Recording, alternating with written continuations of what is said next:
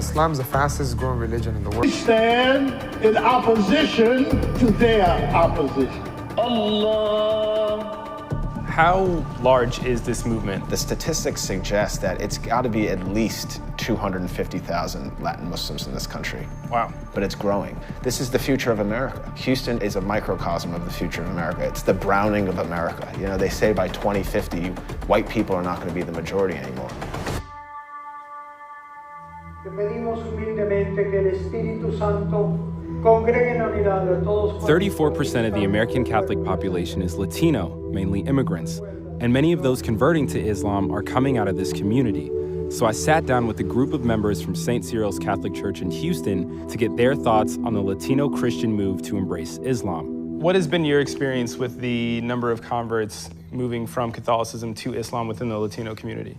So it's a very complicated issue, actually, right? It's multifaceted.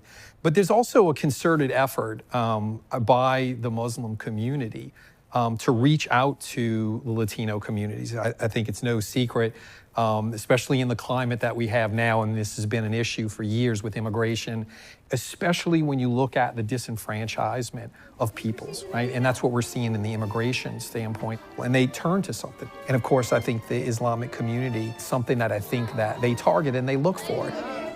Thank you, my dear. Look at the rise of Islam within Arab or parts of the Middle East. Where do you see its greatest growth?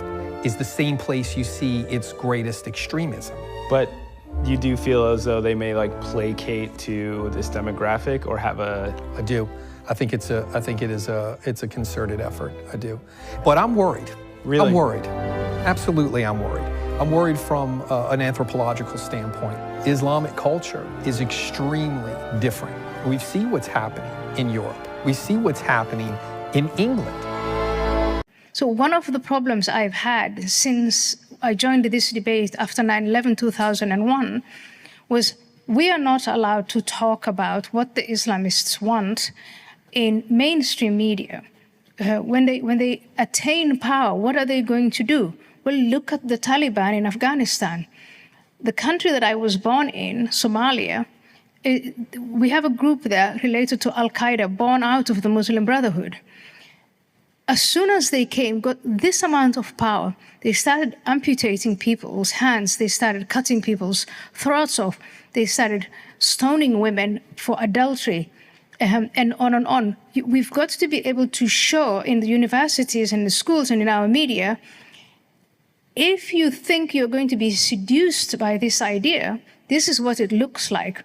Islam is one of the fastest growing religions in Europe and in America, and they're growing also by converting people. The Hispanic population, apparently in Houston, is converting to Islam, but no one has told that population what it really means to be part of that, to join that religion, what it is that the religion says.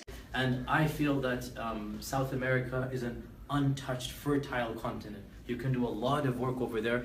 The brothers from that part of the world are, generally speaking, very humble, very religious, very sincere, very good-mannered, and it's fertile ground for Islam. So keep up the good work, and I'm positive, inshallah ta'ala, you will see the results. In fact, let me make a dua that you might not appreciate right now, but inshallah you will, inshallah.